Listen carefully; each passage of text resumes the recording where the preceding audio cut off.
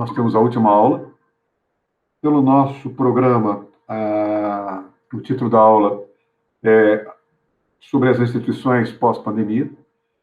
E a minha ideia vai ser, num certo sentido, fazer um trabalho um pouco prospectivo, quer dizer, para onde a gente está indo do ponto de vista das nossas instituições. Claro que as instituições políticas e as instituições de natureza jurídicas. Eu começaria dizendo que vou tomar como ponto de referência para a aula de hoje três momentos. O primeiro momento é 2008, com a crise financeira, depois da quebra dos bancos, a começar pelo Lehman Brothers. O período de hoje, que é o período da pandemia, e, mais ou menos, o período que nós temos nas duas últimas décadas do século XX e a primeira década do século XXI, ou seja, mais ou menos de 1980 a 2010, mais ou menos 2008, com a crise financeira. O que eu quero dizer com esses três momentos históricos é que, entre 1980 a 2008, nós tivemos 28 anos, ou quase 30 anos, de uma governabilidade baseada fundamentalmente no princípio da austeridade fiscal, baseada fundamentalmente nas agendas de reformas estruturais recomendadas pelo Banco Mundial, principalmente a primeira geração de reformas macroeconômicas que trabalhavam com a ideia de enxugamento das atividades do Estado, liberação das forças de mercado pelo Estado, substituição das autarquias pelas agências reguladoras, privatização de empresas estatais, entrega dos serviços públicos estratégicos para concessionárias privadas e coisas do gênero. E, em segundo lugar, também nós tivemos, nesse mesmo período, toda uma ênfase a um processo de desburocratização, de desregulamentação, de desconstitucionalização de direitos, de desjuridificação, de flexibilização dos direitos sociais e do direito do trabalho. Ou seja, nós tivemos, basicamente, entre 1980, depois da crise do petróleo, a reorganização do capitalismo em função da crise do petróleo de 1973 e 1979, e isso acabou gerando um Estado liberal, isso acabou gerando o que eu chamo dos meus trabalhos de um Estado schumpeteriano, um Estado pouco intervencionista, forte naquilo que ele intervém, mas pouco intervencionista na maior parte da vida social e da vida econômica, e um Estado que, de certo modo, trabalhava o tempo todo com a ideia de cortar serviços, cortar gastos, aumentar impostos e equilibrar as finanças públicas.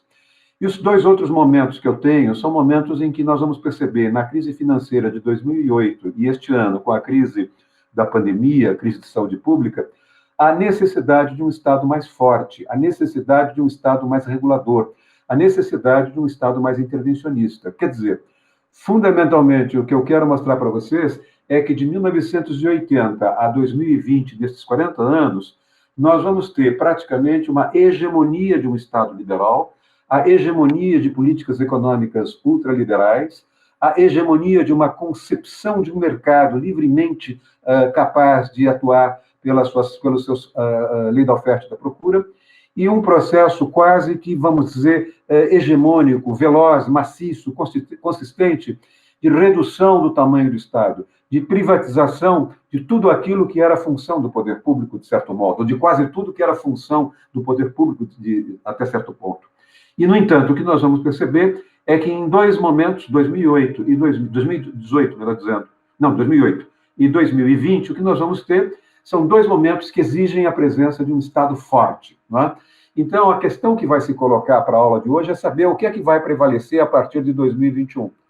Quer dizer, se nós temos, fundamentalmente, entre 1980 até a crise do Lehman Brothers e depois a crise pandêmica, nós tivemos um período de forte presença do mercado, e um mercado que vai se transterritorializando, que vai ganhando uma dimensão mundial, que vai se globalizando, e, de outro lado, nós temos dois momentos em que nós precisamos de uma presença do Estado Nacional. Então, a pergunta que se faz é, o que virá a partir de 2020? Nós vamos ter mais do mesmo, ou seja, vinda a vacina, passado o perigo da pandemia, voltamos àquela situação de 1980, 1990, 2000, 2010, de Estados nacionais relativamente fracos e, ao mesmo tempo, a presença de grandes empresas mundiais e a reordenação do capitalismo por meio de organizações multilaterais, como a Organização Mundial do Comércio, a OCDE, a Organização para a Cooperação do Desenvolvimento Econômico, Banco Mundial, Fundo Monetário, União Europeia, ou nós vamos ter de volta a presença dos Estados nacionais por meio de políticas keynesianas, de políticas anticíclicas, ou seja, nós teremos um retorno ao Estado baseado na linha do intervencionismo, do planejamento, da regulação e coisas do gênero. Em outras palavras, qual é o tema da aula de hoje? O tema da aula de hoje é para onde vai o direito, para onde vai o Estado? Vamos ter Estados mais fracos ou vamos voltar a ter Estados fortes? Vamos ter mercados mais soltos, mais livres, ou vamos ter mercados mais regulados? Vamos ter uma legislação de natureza nacional, de jurisdição nacional, de alcance nacional, quer dizer, os Estados nacionais regulam as relações econômicas nos limites do seu território, ou vamos verificar, mais uma vez, a presença na globalização econômica de uma crescente tendência de globalização jurídica? Eu diria a vocês que a questão não é fácil de ser examinada, não é? Porque nós temos de começar fazendo uma distinção entre epidemia e pandemia. A própria palavra já vai dizer isso. Epidemia, não é? É uma doença, é uma crise de saúde pública, mas circunscrita a um território. A pandemia, o próprio nome já diz, é a mesma crise de saúde pública, mas em caráter universal, em caráter global. O que nós tivemos foi claramente uma pandemia, ou seja, o que nós tivemos foi uma crise de saúde pública que transcendeu os limites dos territórios e exigiu maior capacidade de articulação dos organismos multilaterais. O que é que eu quero dizer com isso? Quero dizer que, na pandemia, nós tivemos um fenômeno global e os Estados nacionais, de alguma maneira, tiveram uma enorme dificuldade, no primeiro momento, de se articular para enfrentar essa pandemia. O que nós vamos perceber, basicamente, é que esse enfrentamento foi de responsabilidade de um organismo multilateral, que foi a OMC, a Organização Mundial da Saúde. Não é? O que nós podemos perceber nesse sentido, não é que, de certo modo, a pandemia teve um caráter paradoxal.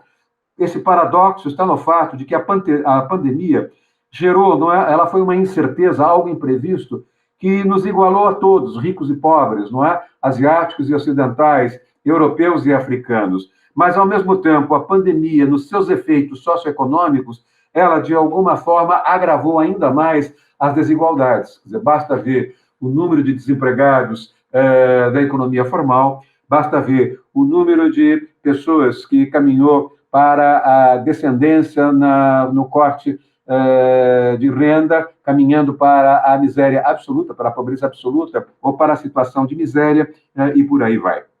O que nós podemos perceber, num primeiro momento, é que quando a pandemia começou a correr o mundo inteiro a partir de março, ela atinge, basicamente, na Europa, os países que mais tinham sofrido aquelas políticas, vamos dizer, de políticas econômicas de inspiração liberal.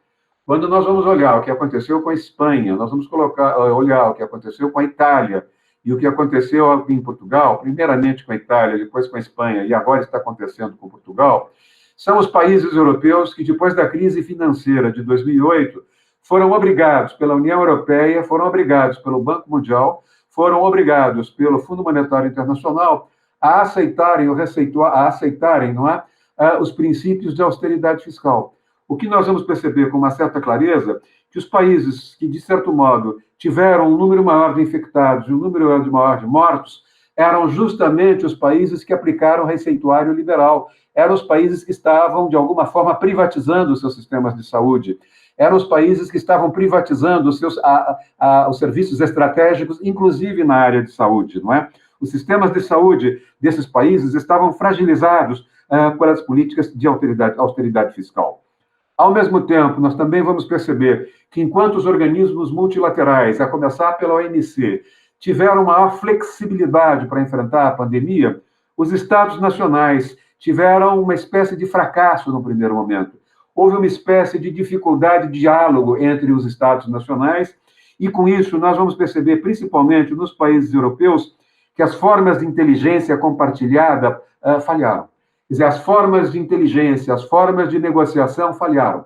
Quer dizer, os Estados nacionais, num certo sentido, tiveram dificuldades para enfrentar uma pandemia, ou seja, uma crise de saúde pública que atravessava os limites do seu território, deveriam trabalhar na linha de um processo de diálogo e de comunicação, e as formas de inteligência não funcionaram. E quem assumiu esse vazio que os Estados não conseguiram preencher foram os organismos multilaterais e foi a Organização Mundial do Comércio. Ao mesmo tempo, também, nós vamos perceber um outro problema que, de certo modo, vai ser extremamente grave. Quando a crise começa, nós vamos perceber claramente que a economia vinha num processo de globalização acelerada. E nesse processo de globalização acelerada, nós tínhamos percebido claramente algo que vinha ali no final do século XX para o começo do século XXI. Esse processo é o que a gente costuma chamar de um processo de relocalização industrial. Na sociologia do direito americano, a gente chama isso de walmartização da produção industrial. Traduzindo, o que quer dizer isso? O processo de relocalização industrial é quando os grandes conglomerados mundiais trocam uma fábrica de um lugar para outro lugar. O que nós vamos perceber é que o acirramento das disputas comerciais numa economia globalizada levou as grandes empresas mundiais a fecharem as suas fábricas intensivas de mão de obra e de tecnologia leve no Ocidente, ou seja, fábricas situadas em países democráticos, e essas democracias geraram direito do trabalho, essas democracias geraram direitos previdenciários, essas democracias geraram direitos sociais, essas democracias geraram justiça do trabalho, essas democracias geraram sindicatos fortes e dissídios coletivos bastante duros para as empresas, e transferiram essas mesmas fábricas, essas plantas industriais, para países asiáticos, principalmente países como a China, principalmente países como o Vietnã, países que são, de certo modo, ditatoriais. E essas ditaduras não têm direito do trabalho, essas ditaduras não têm direitos previdenciários, essas ditaduras não têm direitos sociais, essas ditaduras não têm justiça social. O que nós vamos perceber foi uma transferência maciça de plantas industriais, de empresas mundiais do Ocidente para a Ásia. E essa transferência se dá em busca daquilo que nós chamamos de vantagens comparativas. Quer dizer, na hora de se fazer o cálculo de quanto custa fazer uma máscara, ou quanto custa fazer um equipamento de respiração artificial no Ocidente, e o quanto custa fazer esse mesmo tipo de equipamento na China, fica absolutamente evidente que é muito mais barato se fazer esse produto na China do que se fazer esse produto no Ocidente. O que nós vamos perceber é que essa economia globalizada, esses estádios que eram dirigidos por políticas de austeridade fiscal e essas empresas que trabalharam com a ideia de que essa economia de mercado era uma economia globalizada, era uma economia mundo, quer dizer, era um só mercado, um mercado mundial, não era mais aqueles mercados diferidos em função do poder aquisitivo das suas respectivas populações, quer dizer, o mundo é visto pelas empresas mundiais como um só mercado. O que nós podemos perceber é que elas caíram numa armadilha. Qual foi a armadilha? A armadilha foi o fato de que o Ocidente, através das suas empresas mundiais, de alguma maneira foi concentrando na China toda a fabricação de bens intermediários de tecnologia leve, onde o custo de produção, pela ausência de direitos do trabalho e pelo salário médio muito mais baixo, até porque muitas vezes o salário é um salário vindo de um trabalho semi-escravizado, de certo modo, fez com que a China monopolizasse, num determinado momento, todos os equipamentos de saúde, todos os equipamentos médicos hospitalares. Como a China foi o primeiro país a ser atingido pela pandemia, o que é que ela fez? Em vez de exportar e cumprir os seus contratos de exportação de produtos hospitalares, ela basicamente transformou aquilo em mercado cativo dela própria para enfrentar a pandemia. E do dia para a noite, o que nós podemos perceber é que o fornecimento de suprimentos médicos e de equipamentos hospitalares para os Estados Unidos, para a América Latina, para a Europa, de um modo geral, tudo isso ficou suspenso. Mesmo aqui, que nós vamos olhar, a Embraer ficou parada durante um bom tempo, porque toda a lógica industrial do parque industrial chinês foi voltado para a pandemia.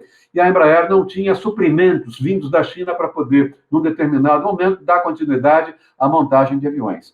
Ou seja, o que nós vamos perceber é que a pandemia fez com que as grandes empresas e os organismos multilaterais percebessem primeiro, o primeiro problema, que foi a armadilha em que eles caíram. Quando nós tínhamos tempos normais, sem pandemia, o fornecimento de equipamentos e suprimentos chineses para a economia ocidental a baixo preço, na área de tecnologia leve e fábricas intensivas de mão de obra funcionou. Quando nós tivemos a pandemia, a economia ocidental travou. Na hora em que a economia ocidental travou, a China ficou ela própria consumindo os produtos que ela exportava, o Ocidente ficou sem continuidade do ponto de vista do fornecimento desses suprimentos. Nós tivemos, portanto, um atraso do Ocidente no combate à pandemia. Nós tivemos estragos econômicos brutais na economia europeia, na economia latino-americana, na economia norte-americana. Tivemos um avanço brutal do desemprego causado pelas políticas de isolamento e tivemos, não é, além do desemprego conjuntural, nós tivemos também a questão do avanço da pobreza, principalmente a pobreza absoluta, ou seja, a miséria. Quer dizer, nesse momento, o que é que nós vamos perceber? Nós vamos perceber que os organismos multilaterais agiram com maior rapidez e eficiência do que os Estados nacionais. E quando nós olhamos os Estados nacionais, quais são os Estados que mais deram certo? Quais são os Estados que conseguiram, num primeiro momento, superar as dificuldades iniciais? Há uma pesquisa que foi feita pela Nature Human Behavior, que foi feita por um grupo de pesquisadores da New York University e da Stanford University. Essa pesquisa vai mostrar que os estados que, de certo modo, conseguiram compensar as suas falhas iniciais foram os estados que souberam ter políticas nacionais de articulação dos governos estaduais, que, por sua vez, não é, souberam articular a atuação dos governos locais. Em outras palavras, essa pesquisa mostra, ela não usa o termo federativo, mas essa pesquisa mostra que nas estruturas federativas em que a União conseguiu articular uma política nacional envolvendo os estados, os governos estaduais, e os governos estaduais compreenderam que o combate à pandemia era mais eficiente a partir das prefeituras, ou seja, nós tivemos de fazer uma articulação nacional dos governos estaduais, e cada governo estadual teve de fazer uma articulação dos governos locais situados no limite dos seus estados, não é? Isso funcionou muito bem. Países como o Brasil e países como os Estados Unidos, liderados por populistas autoritários e negacionistas da ciência, basicamente tentaram, num primeiro momento, transformar a pandemia numa forma de intervir nos municípios, de intervir nos governos estaduais, e foram impedidos de fazê-lo pelos seus tribunais, pelas suas cortes supremas. E, com isso, eles, numa atitude insensata, não é, abriram mão de uma coordenação nacional, o que permitiu que cada estado adotasse uma política, e nem sempre essas políticas, por exemplo, no Brasil, o estado de São Paulo, o estado do Paraná, o estado do Rio Grande do Sul, o estado do Amazonas, nem sempre essas políticas se harmonizavam. Em outras palavras, o que nós vamos perceber é que, pelo menos no primeiro momento, estas pesquisas revelam que os estados nacionais, de um modo geral, saíram atrasados. E os estados que saíram atrasados, mas conseguiram compensar esse atraso, são os estados que tiveram capacidade de articular governos estaduais que articularam as prefeituras, e esses estados também souberam se entender com a Organização Mundial do Comércio. Nesse sentido, os estados que negaram a ciência, que negaram a articulação com os estados e os territórios, e, de certo modo, se rebelaram contra as orientações da Organização Mundial de Saúde, esses estados, de certo modo, acabaram sendo ineficientes, continuam sendo ineficientes. Basta ver o que está acontecendo no Brasil, em que se descobriu nesta semana a questão de que nós temos kits que estão vencendo e esses kits não foram utilizados. E não nos esqueçamos que nós temos no Ministério da Saúde um não médico, um sujeito especializado em intendência, e agora fica, de certo modo, claro que se ele fosse, de fato, competente em matéria de intendência, pelo menos esse material teria sido distribuído. O que eu quero dizer, em outras palavras, não é? É que nós vamos ter agora esse embate. Os Estados nacionais vão conseguir voltar a se afirmar e, de certo modo, vão conseguir buscar uma certa autonomia, a sua soberania, diante do capital globalizado, diante dos mercados globalizados, diante das empresas mundiais, ou, passada a pandemia, nós vamos voltar novamente para a questão da globalização, para o enfraquecimento dos Estados nacionais, ou seja, nós vamos ter mais do mesmo, não é? Neste momento, o que nós estamos percebendo é que nós estamos numa certa situação de indefinição. Essa situação de indefinição é uma situação que, de certo modo, tem essa tensão, esses dois polos. Quais são os polos? Entre 1980 até 2018 e depois de 2019 até 2020, prevaleceu a vontade política dos organismos multilaterais, prevaleceu a vontade política do sistema financeiro mundial e dos mercados mundiais.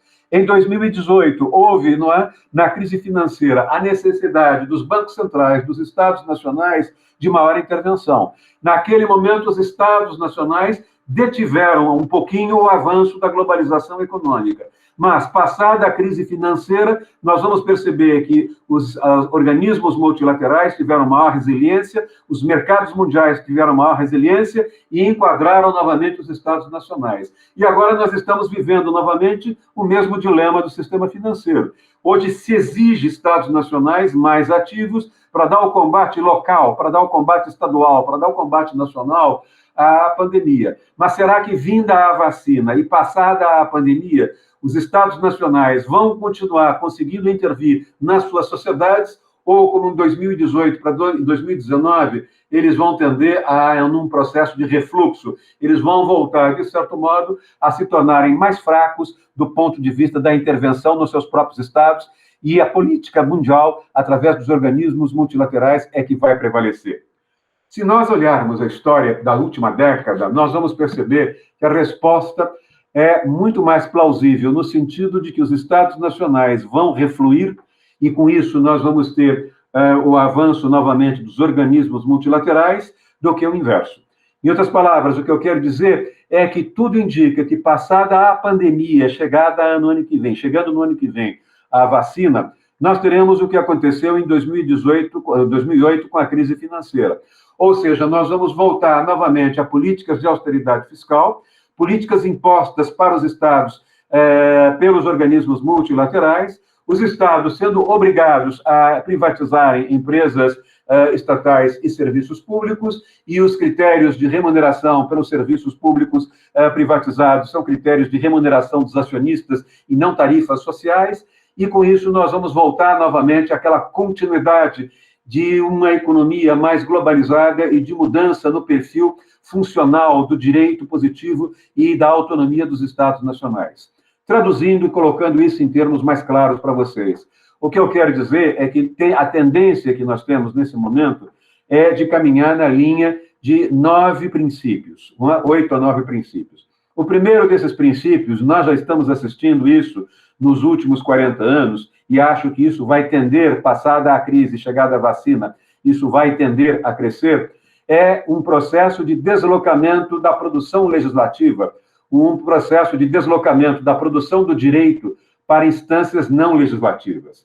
Nós já estamos verificando isso, não é? Vejam, o que nós estamos percebendo cada vez mais é uma tendência, não é, da equipe econômica, isso no Brasil é muito claro no atual governo, mas essa é uma tendência que nós vimos com o Trump, essa é uma tendência que nós vimos com o Boris Johnson, essa é uma tendência que nós vimos com o Macri, essa é uma tendência que nós vimos com o governo, mesmo o governo socialista do Antônio Costa, que é o primeiro-ministro de Portugal. É a tendência de se retirar, não é, parte da produção jurídica de um debate cristalino, de um debate transparente. A ideia, basicamente, é dizer que, como a política econômica é cada vez mais sofisticada, é cada vez mais técnica, e o povo não tem capacidade de entender as tecnicalidades de uma política econômica, o povo pode ser, de certo modo, enganado por demagogos e por populistas. Então, a ideia é tirar da democracia, tirar do debate transparente, do debate cristalino, e tornar o debate cada vez mais fechado em sistemas de peritagem, em sistemas de técnicos, à produção legislativa.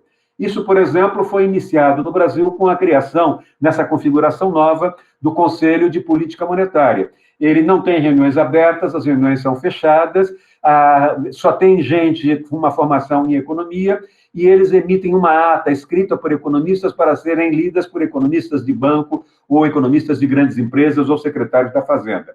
Quer dizer, essa é a ideia. Retirar da deliberação pública, retirar do debate público, retirar da democracia e transferir para sistemas de peritagem, para conselhos opacos, a produção daquilo que é mais sofisticado, daquilo que é mais técnico no campo do direito, principalmente em matéria de direito tributário, principalmente em matéria de direito financeiro e coisas do gênero. Então, a primeira tendência que nós já vínhamos assistindo, e acho que ela vai se manter, é uma tendência de deslocamento da produção jurídica para instâncias não legislativas. Isso é um processo de esvaziamento do legislativo.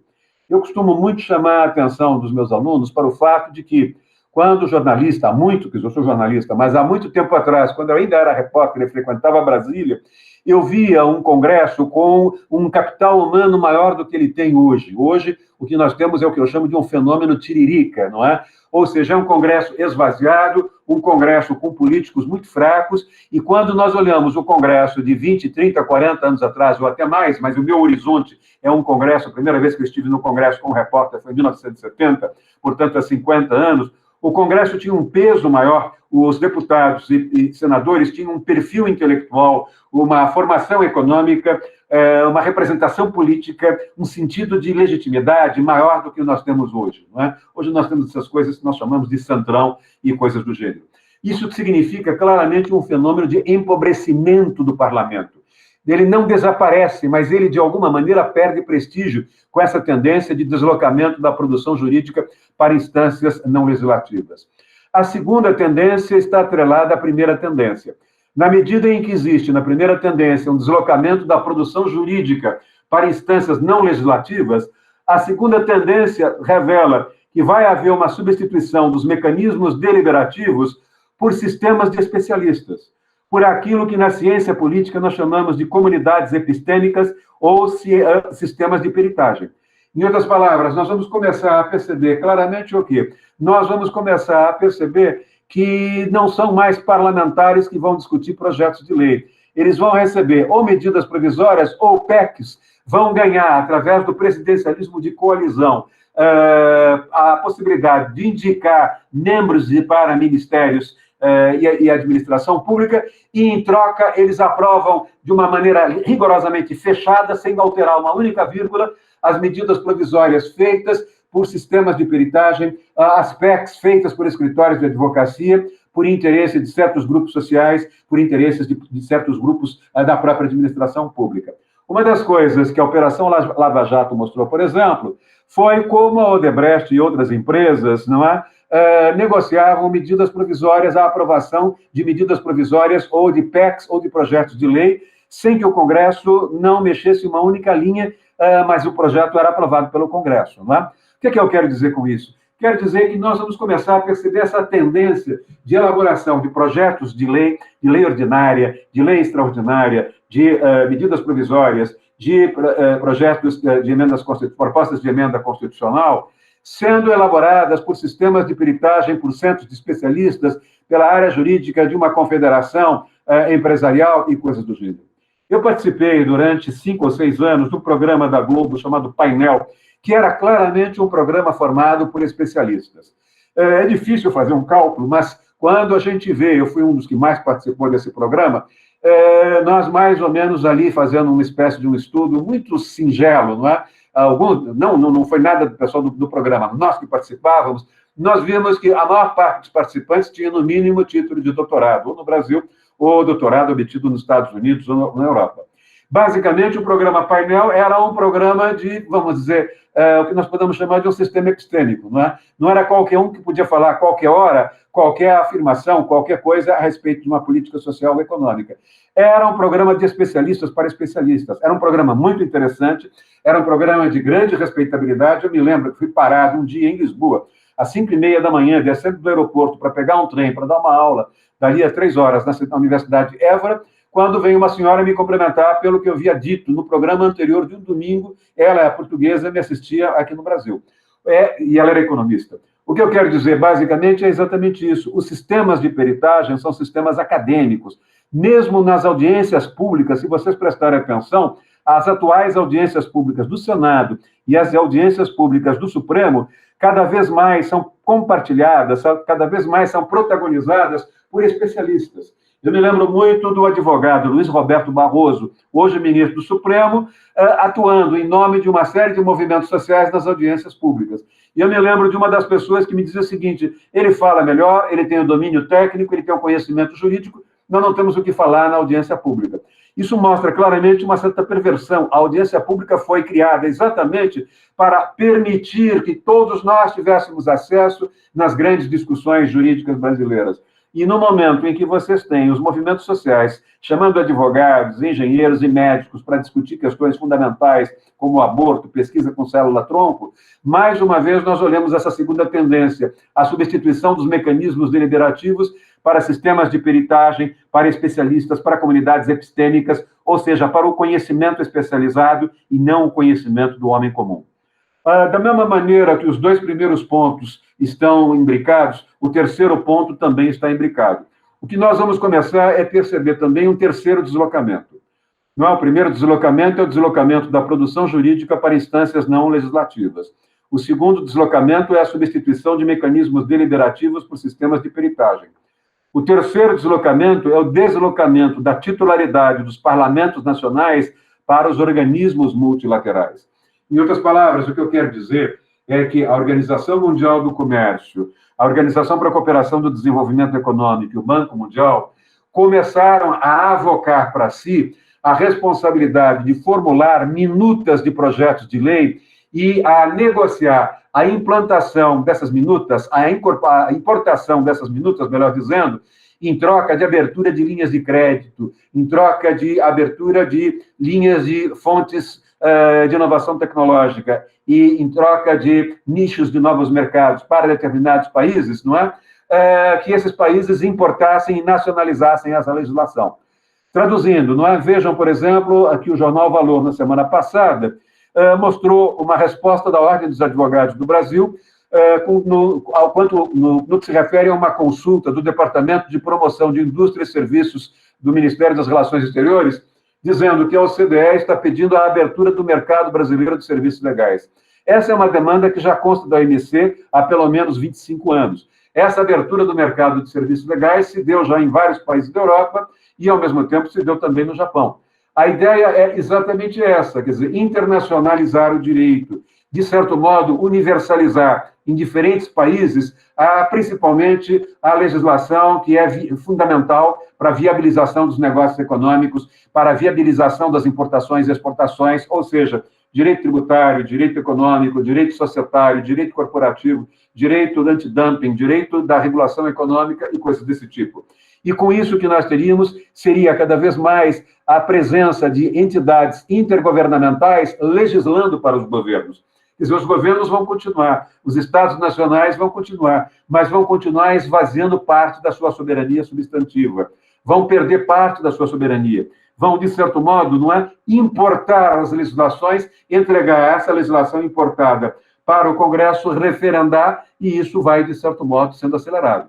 Todo o nosso direito penal econômico hoje foi criado a partir das minutas da OCDE. Dentro da OCDE, em Paris, foi criado um grupo informal chamado Grupo Anti-Lavagem de Dinheiro. Entre 1980 e 1985, eles redigiram uma minuta de direito penal econômico internacional. O Brasil, que não faz parte da OCDE, em 1998 e 90, o governo Fernando Henrique, o Ministério da Justiça se comprometeu com a OCDE a importar aquela minuta, conseguiu que o Congresso aprovasse aquela minuta e, com base no direito penal econômico que foi feito pela OCDE, é que a Lava Jato foi, o juiz Sérgio Moro pôde, na Lava Jato de Curitiba, fazer aquelas condenações. Nós vamos perceber claramente isso. Um terceiro deslocamento é o deslocamento da titularidade do parlamento para sistemas intergovernamentais. E, com isso, nós vamos perceber uma quarta tendência. Qual é a quarta tendência? Elas estão todas imbricadas. É que vão começar a surgir novos atores instituintes, novos atores constituintes, novos legisladores. Esses novos legisladores são os organismos multilaterais. Quer dizer, hoje, não é? Eu percebo claramente que a agenda dos organismos multilaterais me permite identificar o que vem bater no Brasil daqui a 1 a 2 anos. Quer dizer, quem mexe com sociologia jurídica, mais ou menos já sabe que, se quiser saber o que o Congresso vai estar discutindo daqui a 1 a 2 anos, é tentar ver qual é a pauta dos organismos multilaterais. Não é?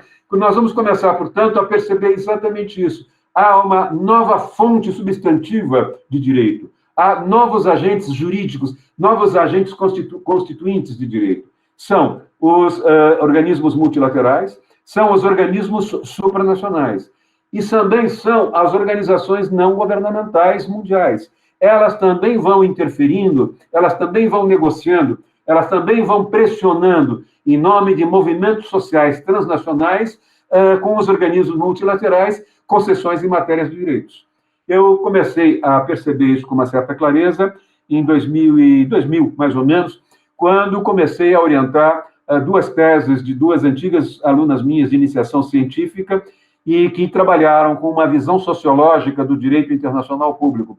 E uma dessas teses, da professora Michele Raton Sanches, que hoje é professora de Direito Internacional Público e de Sociologia Jurídica da Fundação Getúlio Vargas, aqui em São Paulo, e trabalhou durante algum tempo em Genebra com a Vera Torstensen, que era uma especialista em comércio exterior da Embaixada Brasileira em Genebra, das entidades em Genebra e junto à OMC, e ela foi estudar exatamente a conferência, as rodadas de Cancún da Organização Mundial do Comércio. E numa das vezes em que ela foi à rodada de Cancún, ela percebeu que o Greenpeace e o Oxfam, principalmente o Greenpeace, foi aceito, num primeiro momento, com status de observador. Ou seja, aquilo que seria uma reunião com representantes de países, tinha, além dos representantes de países, sentado ali, sem poder abrir a boca, o pessoal do Greenpeace. 2 anos depois, na outra rodada de Cancún, o Greenpeace foi aceito não mais como observador, mas como interlocutor. Ou seja, podia abrir a boca, podia falar, podia apresentar ideias, podia justificar, não tinha direito de voto. Mas o Greenpeace começou a influenciar o debate, a pautar o debate da Organização Mundial do Comércio.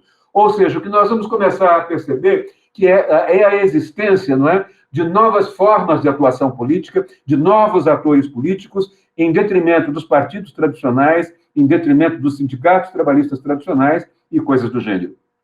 Um quinto ponto é a exaustão funcional das categorias jurídicas. Traduzindo, o que eu quero dizer? Nós estamos querendo dizer, de certo modo, é que, a partir da crise financeira de 2008 e a partir da crise de saúde pública com a pandemia de 2020, nós entramos em tempos anormais, em tempos com uma enorme velocidade, em tempos com uma enorme presença de incertezas. Qual é a diferença entre incerteza e risco? Risco é aquilo que, quando nós olhamos para o passado, nós podemos mensurar, podemos estudar o que aconteceu e tomar providências para aquilo que não se repita, não é? Para que aquilo não se repita.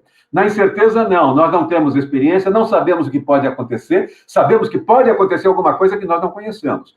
O que eu quero dizer é que, no momento em que nós vivemos tempos de incertezas, tempos anormais, essa distinção entre incerteza e risco é de um economista americano clássico chamado Frank Knight.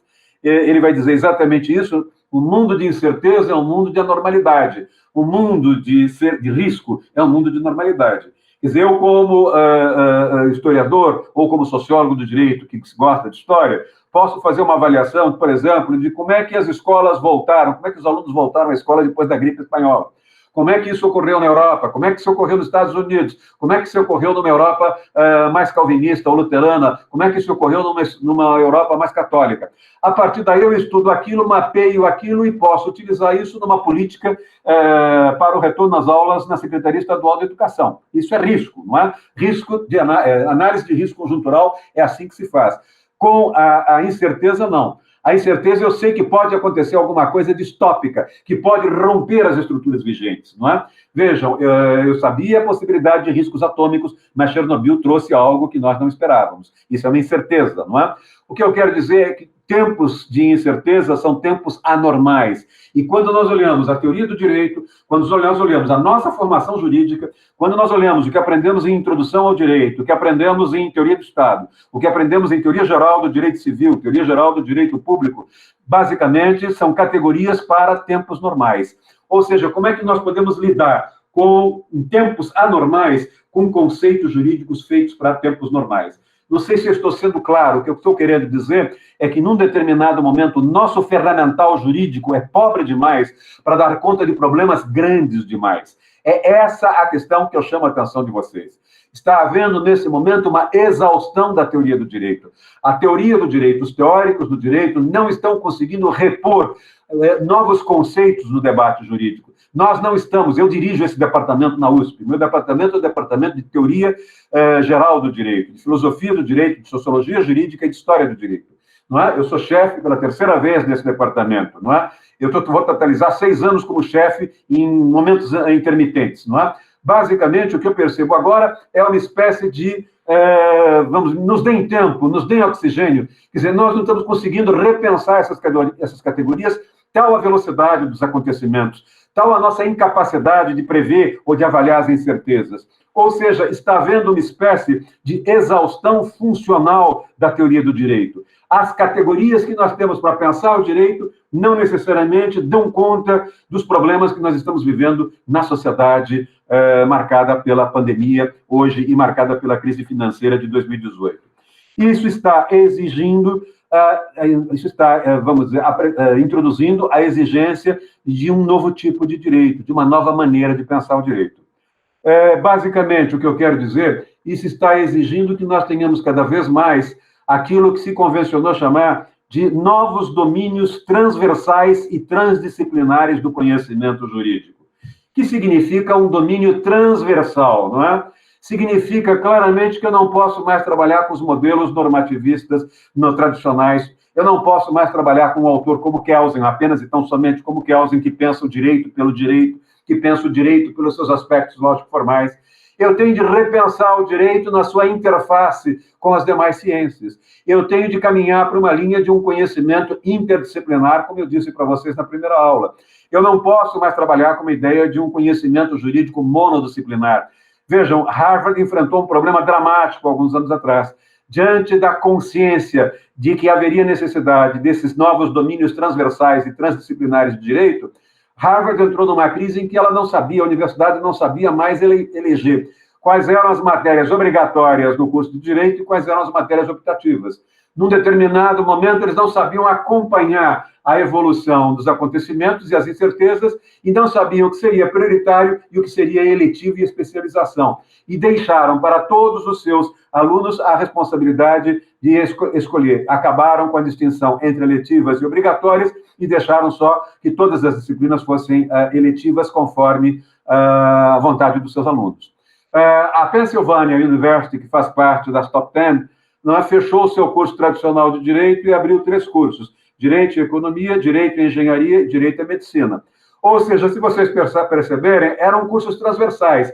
Quem estuda Medicina vai estudar a bioética, a bioquímica e o Direito. Quem estuda Economia vai estudar Administração de Empresa, Mercado, Juro, Capital, Moeda e Direito. Quem estuda Engenharia vai estudar Tecnologia e Direito. Ou seja, essa foi a ideia.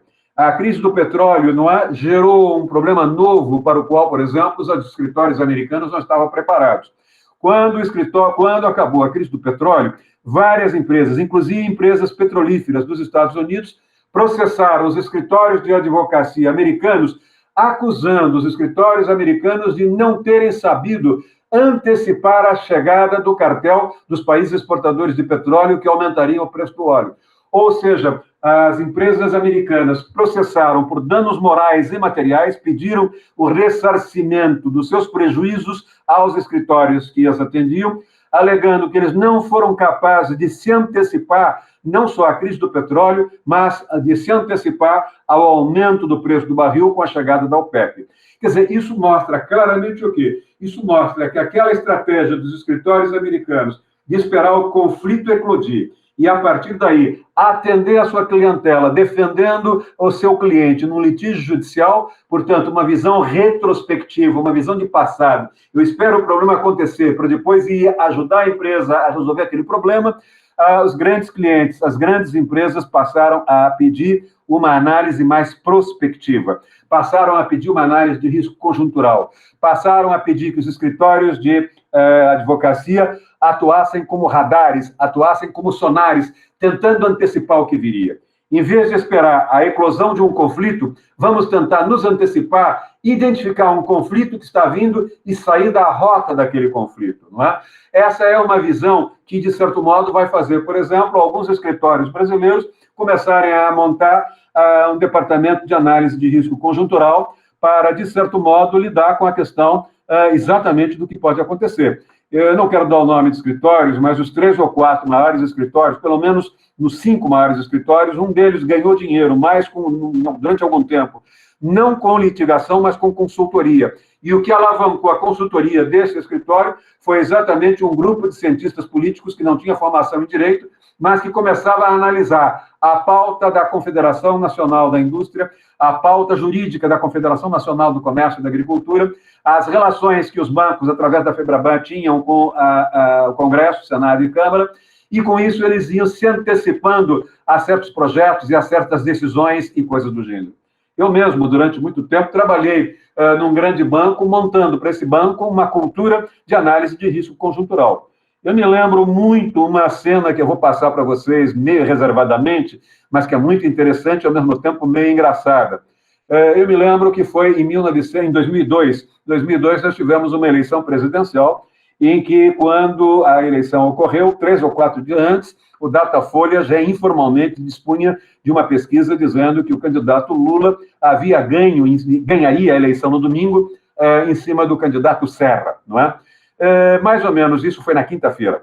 Na sexta-feira, houve um almoço entre o presidente do Conselho de Administração do banco, do qual ele havia me convidado a ser consultor.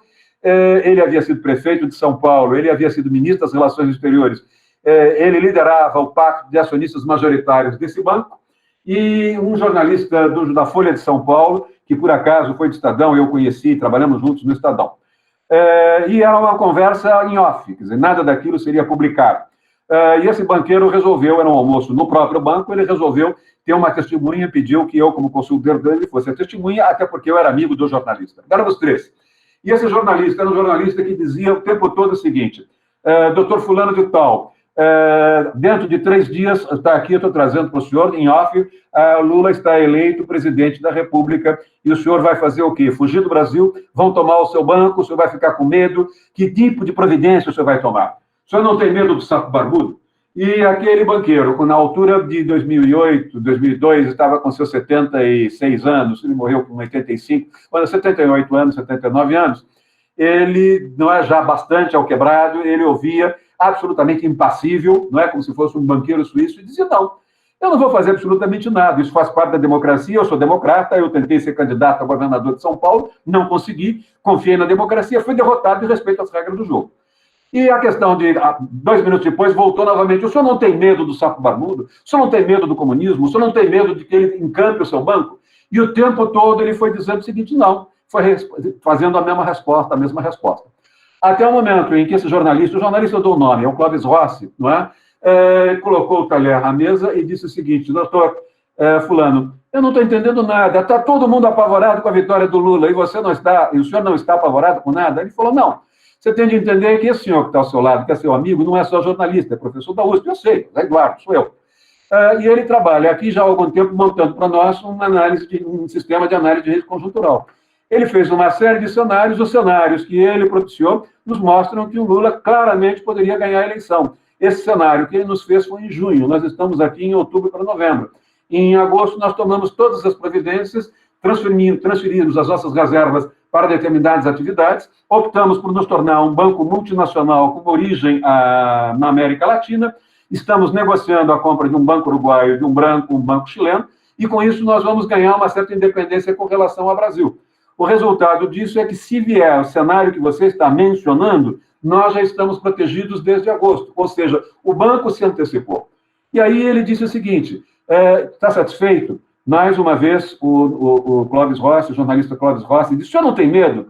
O senhor não vai ficar vendo no Fantástico a apuração? Ele disse: eu sou velhinho, velhinho dorme cedo, velhinho toma sopinha e não vê Fantástico, vai para a cama. O que eu quero dizer é que, se não confirmar isso que você está dizendo, o governo vai fazer uma política econômica, mantendo a política econômica do Fernando Henrique. Se isso acontecer, nós podemos desmobilizar os nossos investimentos na compra desses bancos e voltar para o Brasil. E aí, se essa for a governabilidade que poderá ocorrer, nós ganharemos, não é, mercado, nós poderemos até comprar novos bancos, e aí eu poderia até colocar uma estátua do Lula na porta do meu banco, não é? Foi exatamente o que aconteceu. A política do Fernando Henrique foi mantida, esse banco conseguiu desmobilizar os seus investimentos, saiu da posição de segurança, comprou um banco que era o concorrente dele, que era o Unibanco, e se tornou o maior banco privado brasileiro em 2008, e tudo aquilo que naquela mesa foi dito acabou, de certo modo, acontecendo, não é?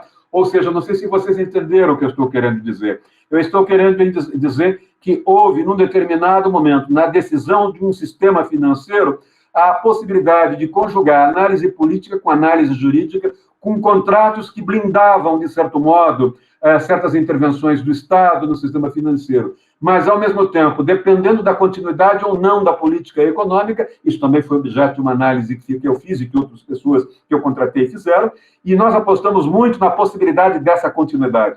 E foi exatamente o que deu. O Itaú cresceu assustadoramente, desculpem, aquele banco cresceu assustadoramente a ponto de comprar o Unibanco em seguida. É isso que eu quero chamar a atenção de vocês. Hoje, os grandes escritórios espanhóis, os grandes escritórios portugueses, os grandes escritórios japoneses, os grandes escritórios brasileiros trabalham com risco análise de risco conjuntural. Nesse momento, inclusive, eu chamo a atenção de vocês para uma tensão entre a OAB, por um lado, que é quem nos permite dar esse curso, e, de outro lado, o Centro de Estudos de Sociedade de Advogados, o CESA. Durante muito tempo, a OAB foi criada em 1939, dentro de uma estratégia de Getúlio Vargas de diminuir a hostilidade do Largo São Francisco e da Faculdade Nacional de Direito contra a ditadura varguista. Ele percebeu claramente que, se ele cedesse a uma pretensão dos juristas dessas duas faculdades de criar uma corporação que a elite de juristas controlasse, disciplinando quem pode ser advogado, quem não pode ser advogado, qual é o currículo mínimo das faculdades de Direito, ele poderia neutralizar a pressão que teria, que vinha tendo dos advogados, dos professores de Direito. E com isso ele criou a OAB. Durante muitos anos, a OAB foi dominada por grandes juristas de universidades públicas. Mas depois, com a proliferação de faculdades de Direito, principalmente com a proliferação de universidades privadas, nós vamos percebendo claramente um distanciamento entre a elite e a base. A base mais corporativa era uma base integrada por advogados que vinham de faculdades privadas, de faculdades de universidades ou centros universitários. E a cúpula era formada pelas universidades públicas. Na pirâmide do serviço jurídico, nós percebemos que os advogados que vinham das universidades públicas iam para os grandes escritórios. E, a partir daí, começou a haver uma tensão entre uma advocacia, que é uma elite cosmopolita de negócios, e uma advocacia pública estruturante dentro da OAB, e aquela base corporativa, vamos dizer, que vinha das universidades privadas. Isso foi tensionando, até o momento em que os presidentes da OAB passaram a ser advogados formados em universidades privadas, e aqueles advogados dos grandes escritórios foram para o CESA, não é? Criaram o CESA, que é uma espécie de uma OABzinha disfarçada, não é? Nós vamos começar a perceber claramente essas tensões que eu estou mencionando a partir desse embate corporativo entre a OAB e o CESA. Por que é que o Adriano e o Dr. Jorge pediram para dar esse curso? Um pouco exatamente para tentar embalar vocês, mostrar para vocês a importância dessa discussão, não é? Outro ponto, não é? Além de tudo, nós vamos ter, com os domínios transversais e transdisciplinares do direito, a expansão da arbitragem, a expansão dos conselhos de ética corporativa. Em outras palavras, o que eu quero dizer é que os Estados não vão conseguir dar conta de todos os conflitos de uma sociedade complexa. Quanto mais complexa é uma sociedade, não é? E aí complexidade é no sentido sociológico da teoria dos sistemas. Complexidade é a tendência que um sistema tem de se subdividir em subsistemas funcionalmente diferenciados. Vejam, a sociedade brasileira é uma sociedade que se tornou complexa depois do Código de Defesa do Consumidor. O que é que aconteceu? A sociedade brasileira se subdividiu em subsistemas funcionalmente diferenciados. E aí veio o Código de Defesa do Direito do Consumidor. Imediatamente, a FEBRABAN pediu um Código de Defesa do Consumidor dos Serviços Bancários. Os supermercados pediram um Código de Defesa do Consumidor dos supermercados. As agências de publicidade pediram um Código de Defesa do Consumidor e criaram o CONAR, Conselho Nacional de Autorregulamentação Publicitária. O que nós vamos perceber é que, na medida em que a sociedade vai se subdividindo em subsistemas, é muito difícil para o direito dar conta, abranger, não é? Através de uma noção de código, de leis especiais, todos esses subsistemas. Cada subsistema tem uma especificidade. Vocês imaginaram se o direito tivesse de cobrir todas as especificidades de cada subsistema? Ele seria um direito tão grande, que ele seria como aquele mapa geográfico do conto do Jorge Luiz Borges, não é? Ele não seria um mapa, ele seria a própria Terra. Ou seja, tornou-se inviável para os códigos, tornou-se inviável ordenar a sociedade por um direito positivo que cuide de cada especificidade. O que faz o Estado? O Estado procura, num certo sentido, diminuir a intervenção do Estado na economia. E, com isso, ele gera uma situação de vazio, é tudo que ele quer. É uma situação pensada, é uma situação planejada. O Estado procura sair de cena. A hora em que ele sai de cena, ele só intervém em segurança, ele intervém em 2 ou 3 coisas importantes. O resto ele deixa livre, ele deixa no vazio. O que é que vai acontecer com esse vazio? Esse vazio vai ser preenchido. Esse vazio vai ser imediatamente preenchido pelas cadeias produtivas. Esse vazio vai ser preenchido pelas igrejas evangélicas ou pela Igreja Católica. Esse vazio vai ser preenchido pelas organizações comunitárias, pelos movimentos sociais, pelas organizações públicas não estatais. Ou seja, nós vamos perceber claramente a expansão da arbitragem e a expansão dos conselhos de ética corporativa. Essa expansão significa a menor presença do Estado na sociedade, a menor presença do direito na sociedade. Em outras palavras, o Estado vai balizar a sociedade, vai estabelecer o que nós chamamos, numa linguagem jurídica de direito administrativo moderna, os marcos regulatórios. Ele estabelece um marco regulatório, por exemplo, à minha direita, na área social, o marco regulatório à minha esquerda, sem ideologia. O marco aqui de natureza social, o marco aqui de natureza econômica. E tudo que estiver dentro dos 2 marcos é livre negociação para a sociedade. Essa é a mudança que o direito está sofrendo. Ou seja, tudo aquilo que estiver entre 2 marcos regulatórios é de livre negociação para a sociedade. Isso muda radicalmente a nossa maneira de pensar o direito. Isso vai fazer, por exemplo, que claramente nós temos de ter um novo direito administrativo, claramente nós temos de ter aquilo que se chamou hoje de direito da regulação econômica, que é, na realidade, uma nova geração de direito administrativo, funde o direito administrativo com o direito econômico. Isso vai exigir dos civilistas, isso vai exigir dos advogados especializados em direito civil uma enorme criatividade, porque eles terão uma liberdade brutal para elaborar novos contratos. Quer dizer, eles terão de ser criativos, não estou usando inteligência, eles terão de ter informação interdisciplinar para serem criativos, para atender às necessidades específicas de cada subsetor específico da economia brasileira. Eu sou de uma geração em que os procuradores gerais do Estado se limitavam a dar pareceres e advogar para o Estado no judiciário. Não eram capazes de sentar com o secretário da Fazenda e com o secretário de Planejamento e pensar a formatação de uma política pública para o governo do Estado de São Paulo, para a Procuradoria da Fazenda Nacional.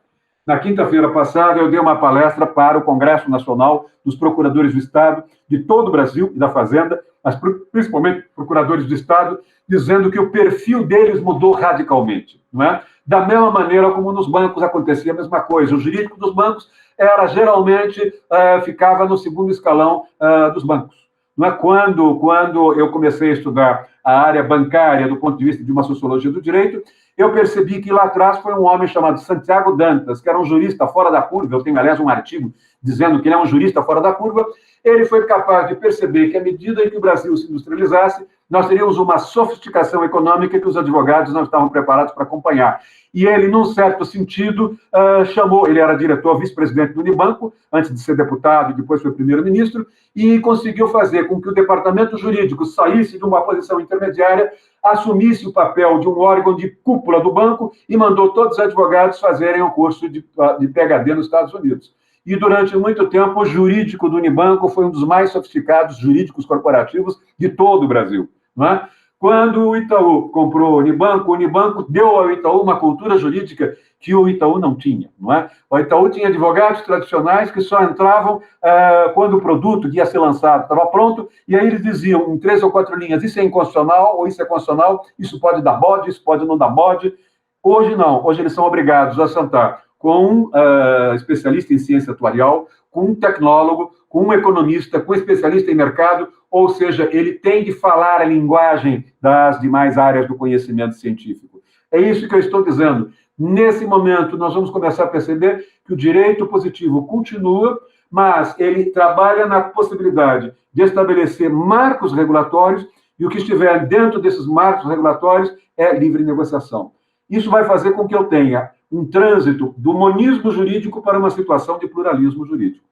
Se vocês olharem, ontem saiu o lançamento oficial do curso de Direito do INSPER.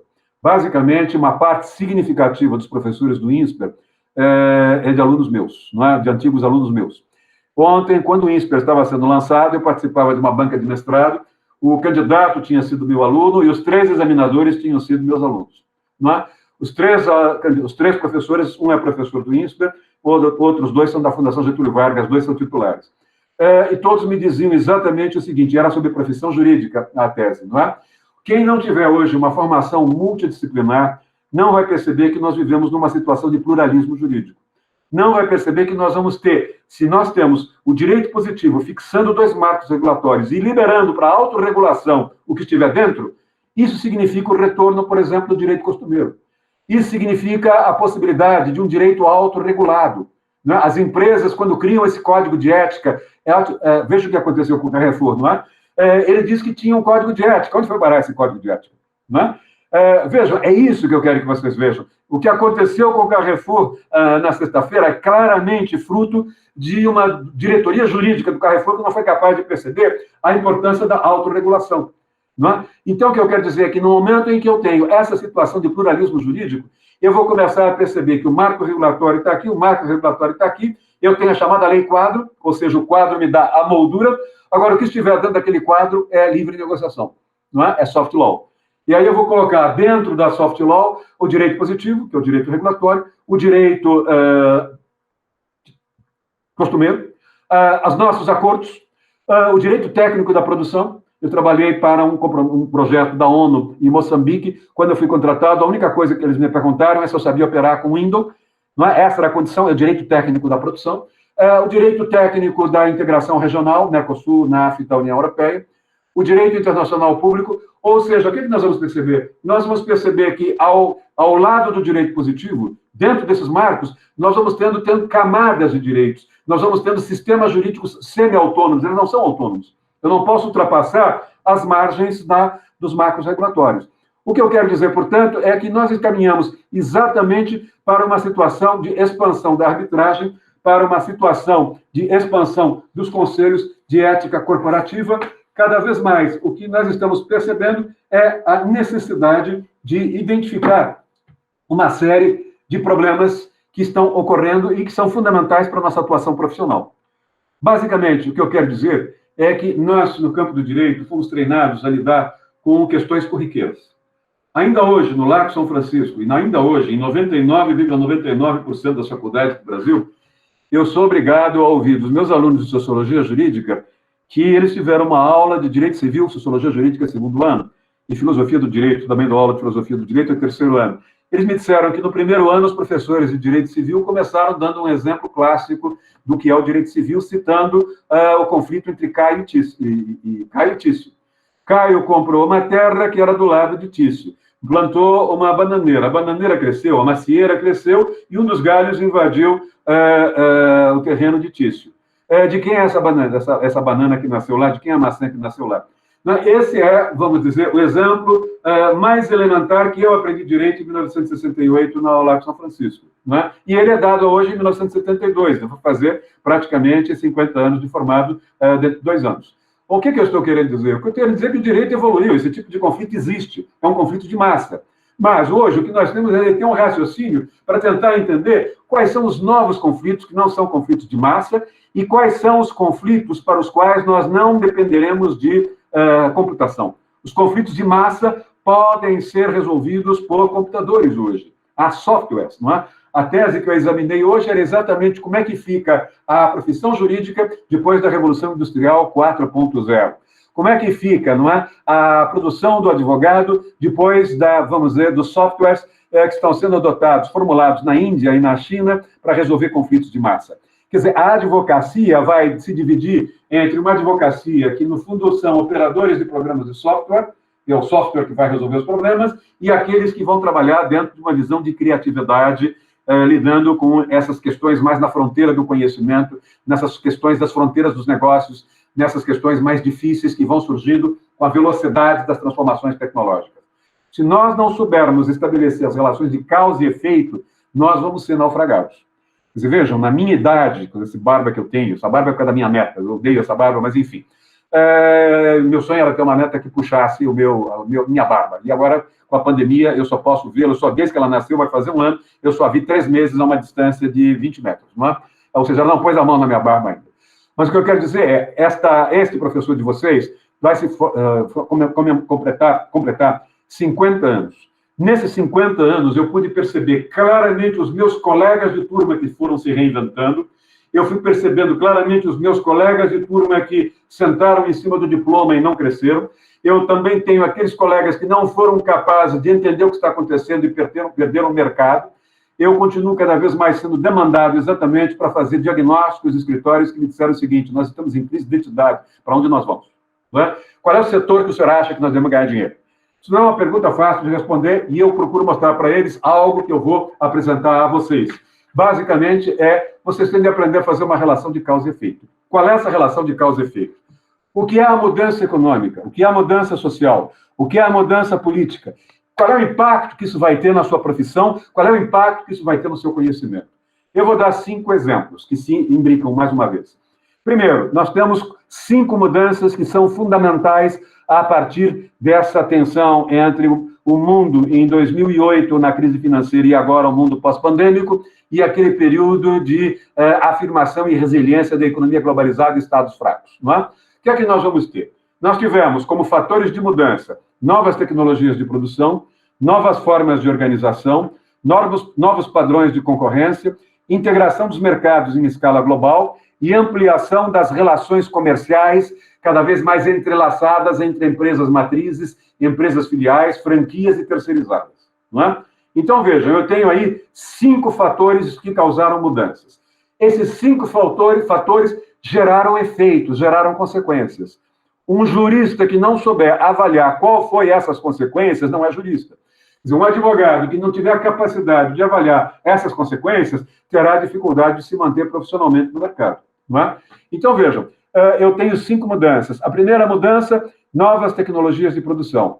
Quais são as consequências que essas novas tecnologias de produção geraram? Geraram novas relações econômicas mundiais. E essas novas relações econômicas mundiais passaram a exigir novas formas de contratação. E, claro, nós estamos preparados numa faculdade de Direito tradicional para compreender essa passagem? Novas mudanças, novas tecnologias de produção, novas relações econômicas internacionais e novas formatações para essas novas relações econômicas internacionais. Que eu saiba, o INSPER ontem, eu não assisti, mas quando o INSPER anunciou, ele disse exatamente isso. Né? E aí depois eu soube quando me contaram, né, e me disseram, olha, as pessoas que fizeram isso assistiram uma aula que você deve ter dado no passado. E eram meus alunos, meus antigos alunos. Né? Vejam, o INSPER disse, a nossa preocupação é formar exatamente pessoas que sejam capazes de atuar nesse nicho. Segundo, novas formas de organização. Novas formas de organização empresarial. Ainda hoje, os jornais trazem que o ministro da Fazenda quer reformar o Estado mais uma vez. Há 2 anos ele fala a mesma coisa. Novas formas de organização estatal. Quando eu identifico o fator mudança, novas formas de organização, na outra ponta da linha, isso vai gerar, como consequência, novas relações intergovernamentais. E nessas novas relações intergovernamentais vão surgir as questões das relações que nós temos tido no Brasil. Prefeituras com os estados, estados com União, União com prefeituras, no caso da volta para a escola, no caso do combate à coronavírus, ao mesmo tempo as relações dos estados com os organismos multilaterais. Ou seja, nós vamos ter arenas novas para atuar profissionalmente. Nós vamos ter de começar a perceber a necessidade de olhar o direito administrativo, de olhar o direito constitucional a partir da estrutura federativa do Brasil, por um lado, e, por outro lado, ter de entender o que é o direito internacional público e o que é o direito internacional privado. Olhem a dificuldade disso. São Paulo está abrindo escritórios de representação comercial, o Estado de São Paulo está abrindo escritórios de relação comercial de São Paulo com a China. Enquanto o governo brasileiro, quer dizer, a União, a qual pertence o governo do Estado de São Paulo, está brigando com a China. Quer dizer, é um delírio absoluto o atual governo nesse sentido. Mas, claramente, o governo de São Paulo está fazendo isso também dentro de uma estratégia de forçar o embate. Agora, o que eu vou ter do ponto de vista jurídico aí? Eu vou ter a necessidade de entender como é que uma unidade federativa, transcendendo a União, cria um escritório de representação comercial que pode assinar contratos que venham ter validade dentro de um Estado, mas não dentro da União. Não sei se está claro o que eu quero dizer. Eu estou trazendo problemas que, possivelmente, muitos administrativistas têm dificuldade de entender. Terceiro, novos padrões de concorrência. Esses novos padrões de concorrência geram, como consequência, novas relações de força entre os grupos sociais. Vejam claramente que os demais supermercados estão calados, mas estão todos sorrindo com o que aconteceu com o Carrefour, não é? A agressividade do Carrefour comercial gerou o que aconteceu do ponto de vista social. e isso vai fazer com que vocês tenham aí os grupos sociais podendo marcar definitivamente com uma marca negativa de uma empresa não cidadã, o Carrefour, do ponto de vista mundial. Quer dizer, isso vai exigir um processo brutal, mas enorme, de limpeza da marca, possivelmente até de troca dos nomes, e isso tudo vai exigir claramente o quê? Uma assessoria jurídica que os advogados com uma formação convencional não estão preparados para dar. Então, vejam, novos padrões de concorrência geram como consequência novas relações de força entre grupos sociais. Terá de ver, em algum momento, algum tipo de acordo. Surgirá a necessidade de acordos. E esses acordos serão feitos por empresas, fornecedores. Vejam que a Ambev já praticamente disse que terá problemas de relacionamento comercial com o Carrefour. Nós temos também organizações comunitárias, nós temos também movimentos de gênero e movimentos de cor que podem, num determinado momento, sentar à mesa e negociar. Estamos preparados para essa negociação? Temos formação jurídica necessária para atuar nessa linha transdisciplinar?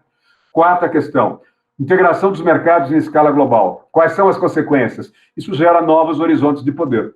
2 minutos atrás eu mencionei novos atores instituintes, novas formas de atuação política transterritorial, novos horizontes de poder. Não é? Muitos de vocês vão trabalhar para bancos, grandes empresas, trabalhar para grandes supermercados e vão ter de negociar com novos grupos de poder. Quem são esses grupos de poder? Quem são esses anéis de poder? Quinto e último, ampliação das relações comerciais. A ampliação das relações comerciais vai exigir uma reforma jurídica dos Estados nacionais. Ainda hoje, o jornal Valor, por exemplo, não perde matéria, dá uma entrevista do Paulo Guedes, em que o Paulo Guedes discute claramente, né? Ele discute, essa entrevista está aqui, eu não sei onde eu botei, mas enfim, ela está aqui. Ele discute claramente que chegou a hora de começar a rever a lei de recuperação das empresas, novamente rever o Código de Defesa do Direito do Consumidor, está no Valor de hoje. Né? Ou seja, nós vamos começar a perceber a necessidade de reformas jurídicas. A consequência disso, para caminhar para o final, a consequência disso é de que, nesse momento em que nós nos encontramos, nós estamos percebendo claramente a existência, não é, de 2 tipos de direito. Um direito em declínio e um direito ascendente. Quer dizer, nós estamos percebendo com uma certa clareza que poderá, depois passada a pandemia com a chegada da vacina, retomar o que aconteceu depois da crise financeira de 2008. Globalização continua, os Estados nacionais perdem parte da sua soberania, transferem parte da titularidade da iniciativa legislativa para os organismos multilaterais, transferem para a autorregulação parte das leis quadro, os marcos regulatórios, para a sociedade, para as cadeias produtivas, para os conselhos empresariais, para as entidades comunitárias. E nós vamos tendo uma nova ordem jurídica mais plural, nós vamos tendo uma nova ordem jurídica mais, como é que eu poderia dizer, interdisciplinar, onde a nossa preocupação não é com o rigor lógico, formal, no encadeamento das normas, formando um sistema, como dizia Hans Kelsen, mas agora é como é que nós mantemos um equilíbrio desse sistema, que eu tenho aqui um marco regulatório, aqui eu tenho um marco regulatório, e dentro dos marcos regulatórios eu tenho vários subdireitos, eu tenho camadas, sistemas jurídicos semi-autônomos. Não é? Me vem muito a imagem daquele palhaço de circo. Na minha infância eram chineses que empinavam vários pratos, não é? Mas já, basicamente ele girava com 2 pratos aqui, e ele corria e girava 2 pratos aqui, e corria novamente. Mas se caísse um prato, aquilo caía, não é? Hoje nós temos claramente a sociologia europeia, basicamente a sociologia europeia alemã, a sociologia europeia e italiana do Instituto Universitário, trabalhando claramente no sentido de elaborar uma nova teoria do direito que se preocupe exatamente com esse equilíbrio dos marcos regulatórios e com esses diferentes ordenamentos jurídicos, não necessariamente estatais, que vocês têm dentro do marco regulatório. Então, com isso, o que nós temos é a emergência de um direito novo e a queda de um direito. O que é que está caindo? O que está caindo é aquela formação normativista, aquela formação legalista, aquela formação dogmática tradicional, que via o direito a partir de 4 premissas. Primeira premissa, a legalidade. A segunda premissa, a soberania. A terceira premissa, a exclusividade do direito positivo, uma visão humanista do direito. E, por último, a ideia de que a relação governo-sociedade, Estado-sociedade, é uma relação piramidal. E é uma relação direta. O Estado está no vértice e o Estado comanda a sociedade que está na base. E há uma via de mão dupla. O Estado ordena o comportamento social, lidera a sociedade, dá ordens, não é? Comanda, subordina. Em troca, a sociedade acata a subordinação se os seus direitos individuais forem respeitados. É um movimento de via dupla. Com isso, nós vamos ter basicamente o quê? Os atores são os partidos políticos, os sindicatos e os operadores jurídicos, advogados, juízes, promotores, defensores públicos e advocacia pública. O tempo é um tempo linear, é um tempo cronológico, é o tempo do processo civil. Primeira instância, segunda instância, terceira instância. Não é? E o espaço é o espaço territorial. É um espaço articulado por meio dos governos nacionais. Eu, durante algum tempo, tive como grande interlocutor um geógrafo chamado Milton Santos, que eu acho que todos vocês conhecem. Nós éramos muito amigos, chegamos, inclusive, a participar de experiências no Instituto, no International Institute for Sociology of Law. Não é? Era interessante um geógrafo e um sujeito formado em Sociologia do Direito. Eu tenho uma formação, uma pós-graduação em Sociologia, discutindo direito. Não é? Mas nós estávamos discutindo a relação tempo e espaço no direito. A velha concepção kelseniana, que é aquilo que nós aprendemos em qualquer faculdade de direito do Brasil, menos GV e agora menos WISP, é exatamente a ideia de legalidade, soberania, monismo e governo. Isso funciona nos limites de um território. Isso funciona nos limites das fronteiras de um território. E aí, o tempo a noção de espaço é um espaço circunscrito aos territórios. E o tempo é o tempo linear. Esse modelo é o modelo que está em decadência. O modelo que está surgindo é esse modelo dos marcos regulatórios. Continua tendo o Estado, mas o Estado se limita a estabelecer os marcos regulatórios e o que estiver dentro dos marcos, ele deixa para a sociedade. E o que ele deixa para a sociedade vai ter de se auto-organizar, vai ter de se autorregular.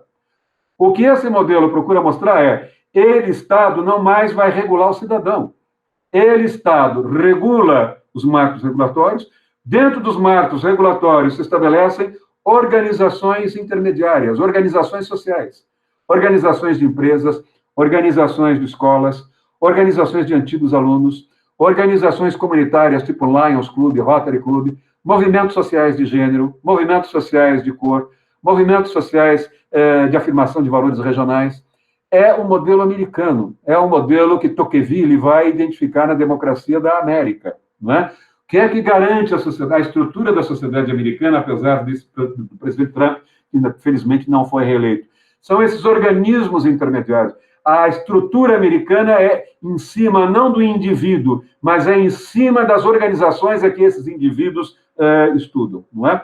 É exatamente para esse rumo que nós estamos caminhando. Nós vamos ter um Estado que não tem intervenção direta no indivíduo.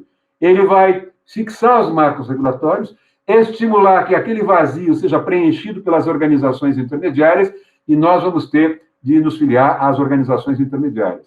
Eu, obrigatoriamente, hoje sou obrigado, eu tenho o meu crachá da USP, não é?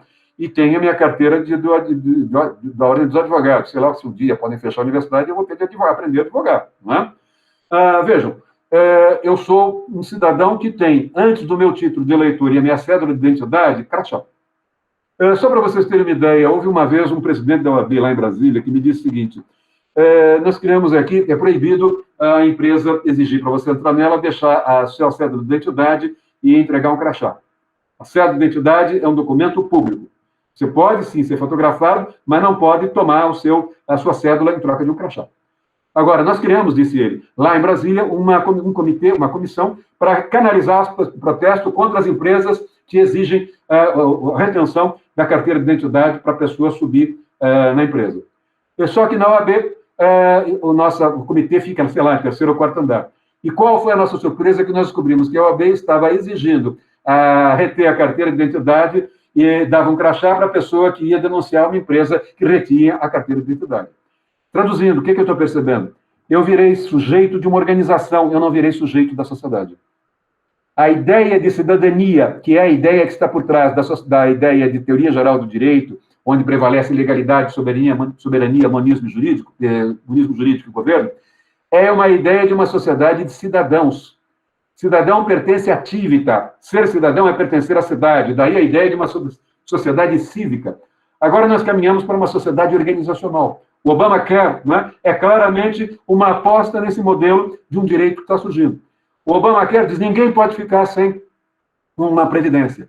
E cada organização tem de oferecer um plano de previdência.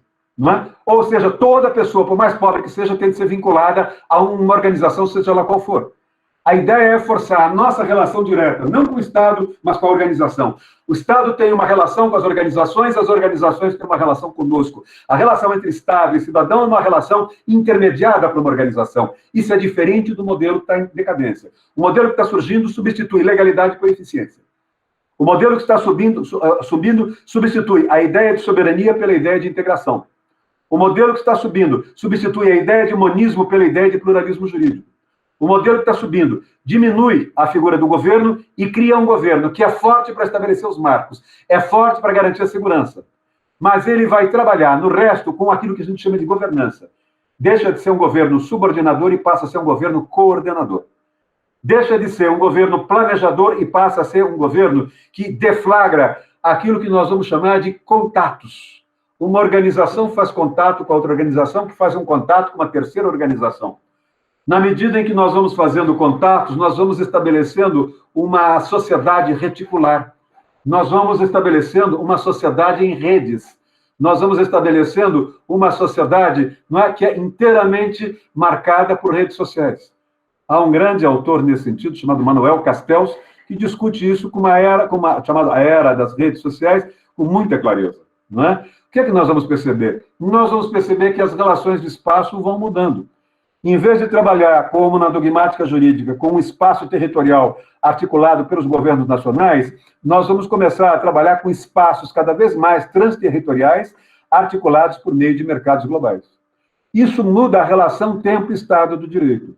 Traduzindo, nós vamos começar a perceber que o tempo da economia hoje é um tempo de comunicação online, é um tempo real.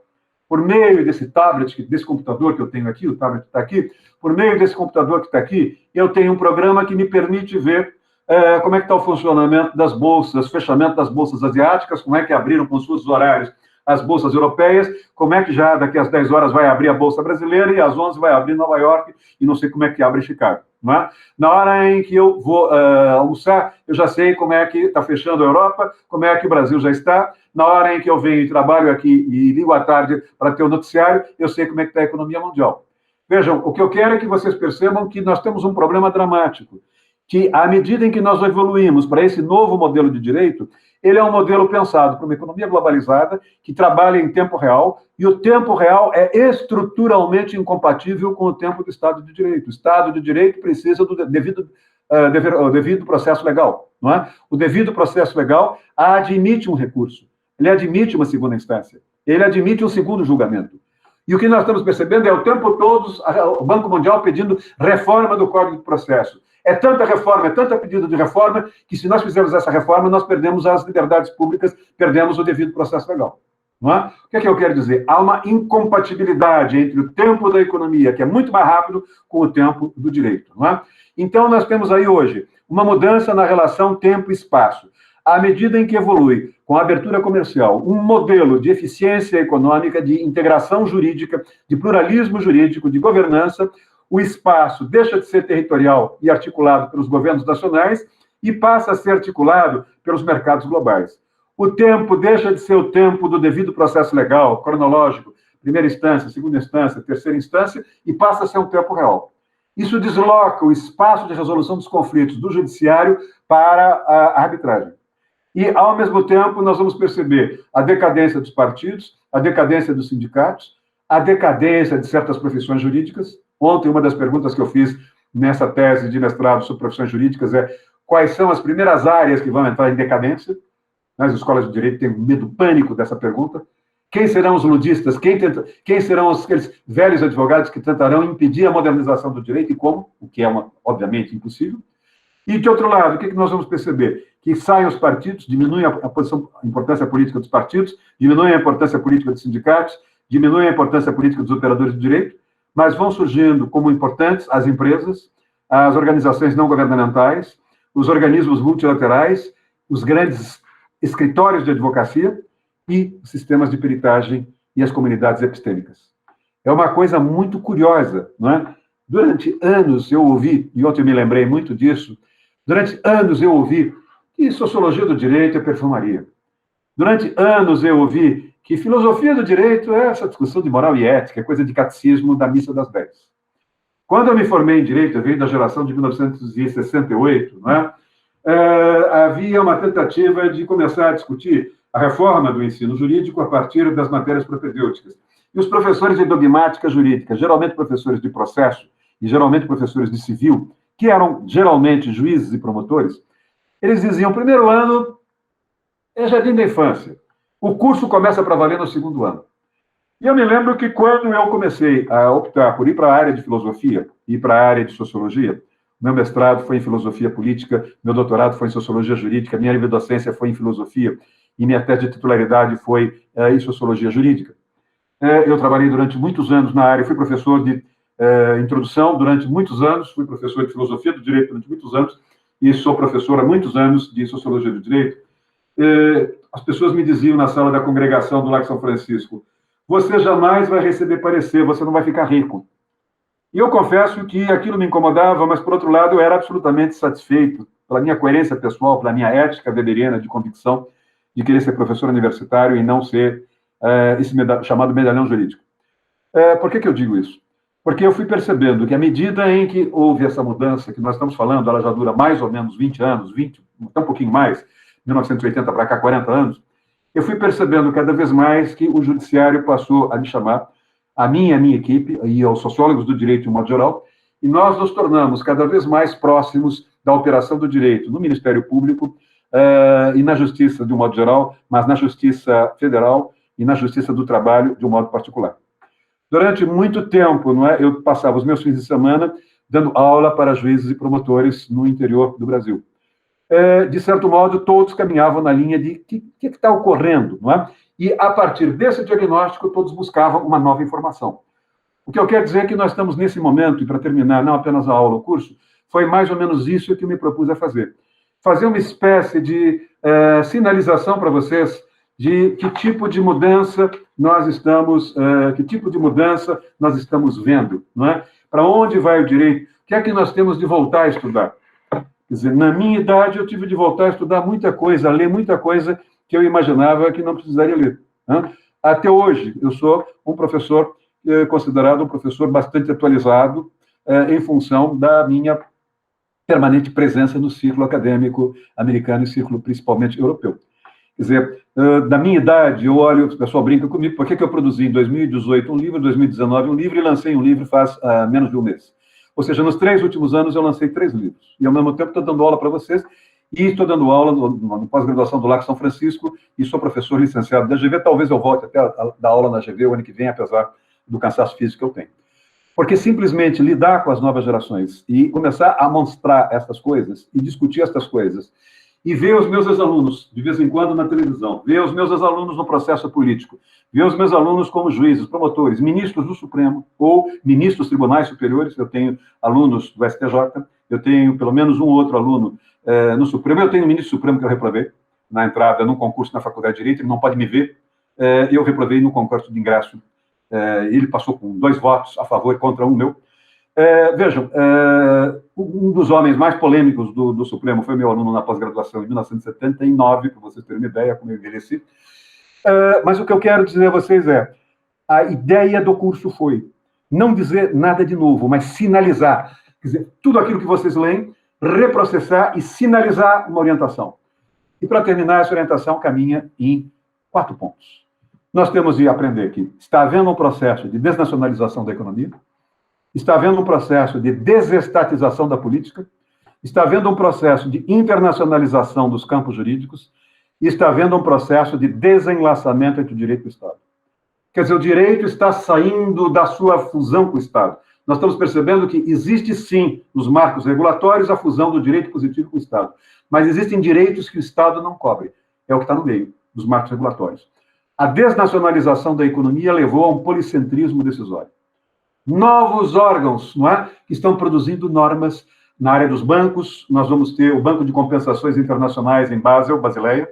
Na área da moeda, nós vamos ter o Fundo Monetário Internacional. Na área do Banco Mundial, linha de crédito. Na área de reformas estruturais, a OCDE. Na área de saúde, a OMC. Quer dizer, são vários centros emanadores de poder e isso vai formando uma malha jurídica. Segundo, nós vamos perceber novas formas, a desestatização da política, que a política não gira só mais em torno do Estado.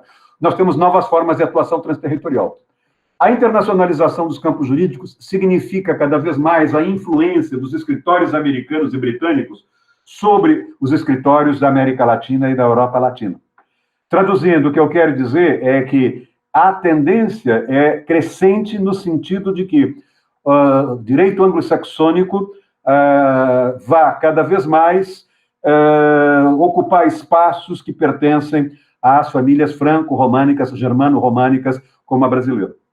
Na semana passada, quando o jornal Valor disse que o Departamento de Promoção e Serviços do Itamaraty está sendo pressionado pela OCDE para abrir o mercado brasileiro de serviços legais, se isso ocorrer, vocês não vão ter advogado britânico tomando um penha-lapa para despachar um processo no Fórum Distrital da Penha. Eles vão trabalhar numa advocacia consultiva e vão trabalhar basicamente com as filiais das empresas mundiais aqui no Brasil. Se vocês olharem, outro dia eu estava lendo um texto do professor Comparato, ele mostrava claramente que hoje 90% das grandes empresas brasileiras não são brasileiras, são estrangeiras, com sede nos Estados Unidos e na Inglaterra. Portanto, elas trabalham o tempo todo com o direito anglo-saxônico, com a Common Law. O que eu quero dizer é que a dolarização do conhecimento jurídico, ou a internacionalização dos campos jurídicos, significa claramente maior conhecimento do direito anglo-saxônico. Eu disse a vocês que tem um curso de direito, que agora vai ser do INSPER, mas a GV tem um curso de direito chamado GV Law. Por que ela colocou Law? É um curso de pós-graduação lato sensu, que especializa os alunos como vocês nessas áreas emergentes do direito. Não é? Tem uma procura, tem uma demanda brutal. Eu sou professor desse curso, tem uma demanda brutal. Eu sou professor licenciado desse curso. Não é? O Law aí é exatamente para fazer a seguinte sinalização. Nós estamos preocupados com esse processo de contaminação, de colonização do direito franco-românico, que é o direito que se pratica na Itália, na Espanha, em Portugal, na Argentina e no Brasil, pelo direito anglo-saxônico. E o desenlaçamento entre o Estado e o direito mostra que nós temos de começar a identificar o que está no meio, naquele pluralismo jurídico, no meio do direito dos marcos regulatórios.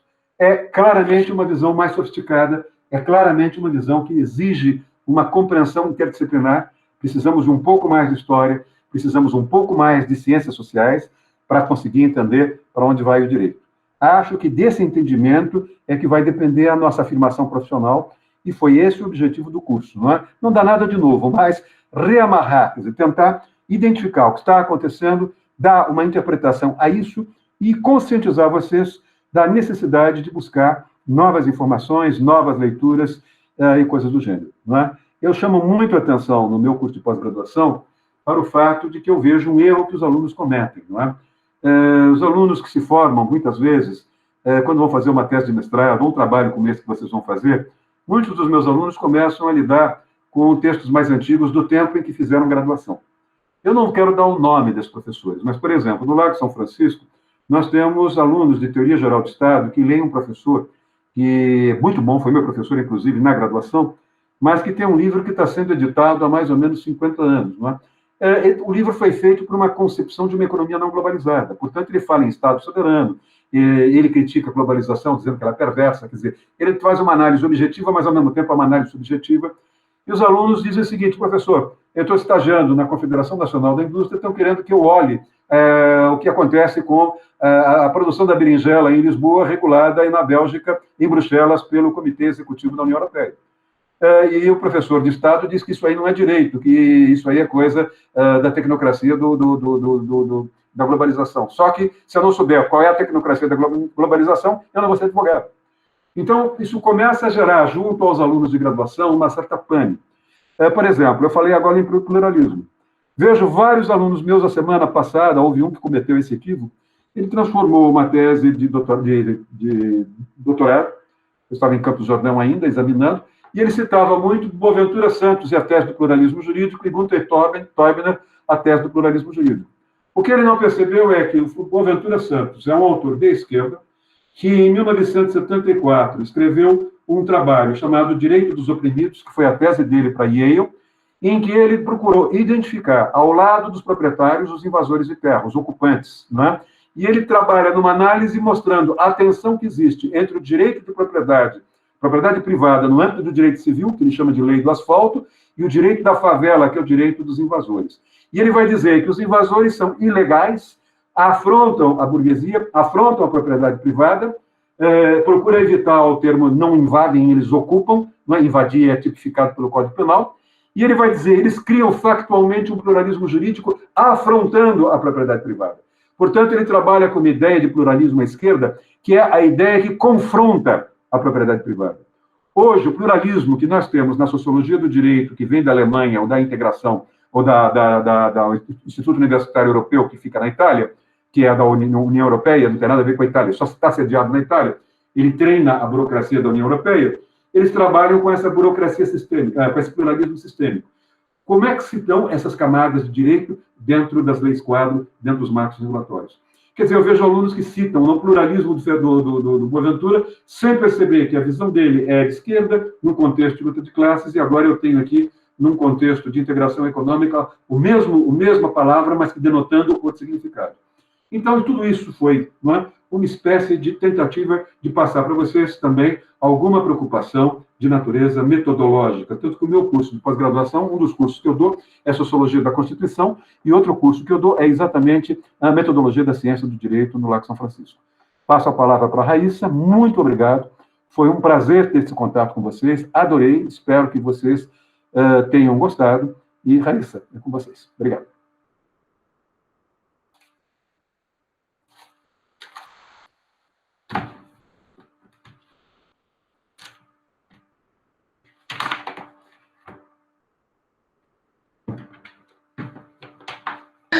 Perdão, mil perdões. Antes de falar, eu vou expor aqui uns comentários da Luciana e da Rosimeire no chat.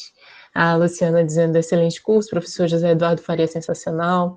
A Rosimeire, muito agradecida, a contribuição, o conhecimento do professor é extraordinário, nos enriquece como profissionais da sociologia e do direito. O Marcos Garcia, muito obrigado, professor, excelentes aulas, aguardo ansioso pelo próximo curso. E...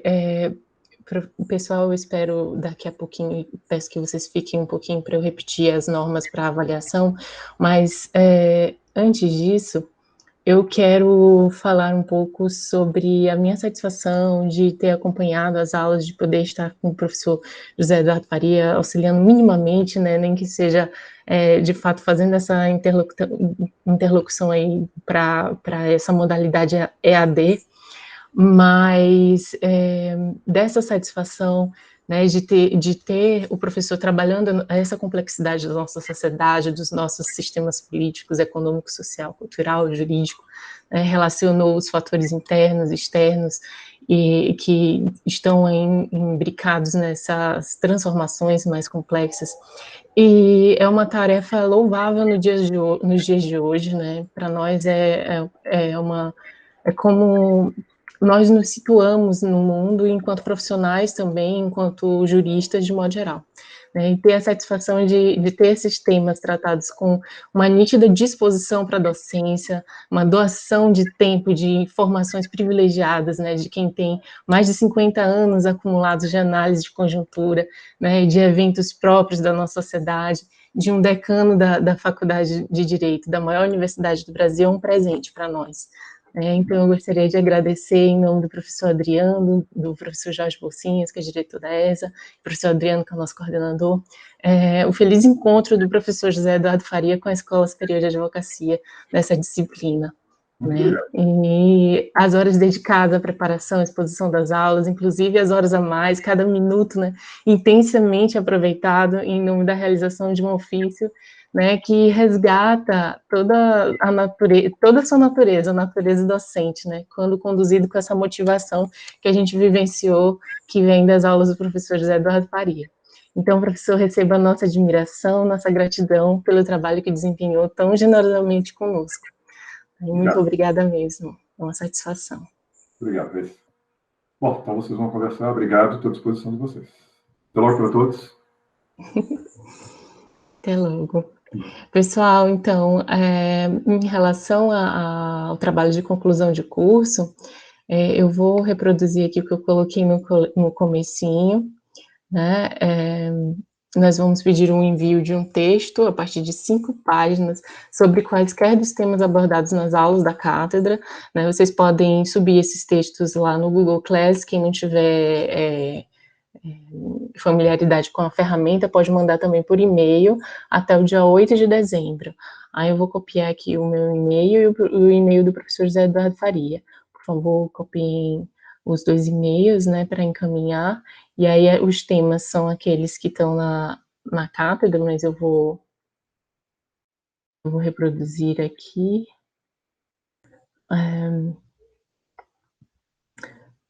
A profissão do advogado hoje, dos conflitos sociais aos litígios judiciais, estabilidade versus crise política, um modelo analítico, a evolução político-jurídica do Brasil contemporâneo, e o cenário político, e essa de hoje, as instituições depois da pandemia. Caso vocês queiram, podem encaminhar os trabalhos para publicação no site da ESA, explicitando a autorização para publicação no e-mail. O resultado das avaliações ocorrerá em 11 de dezembro, através de e-mail. Tá? Então, deixa só eu colocar todos os temas. Deixa eu reproduzir os outros 3 temas que estão aqui.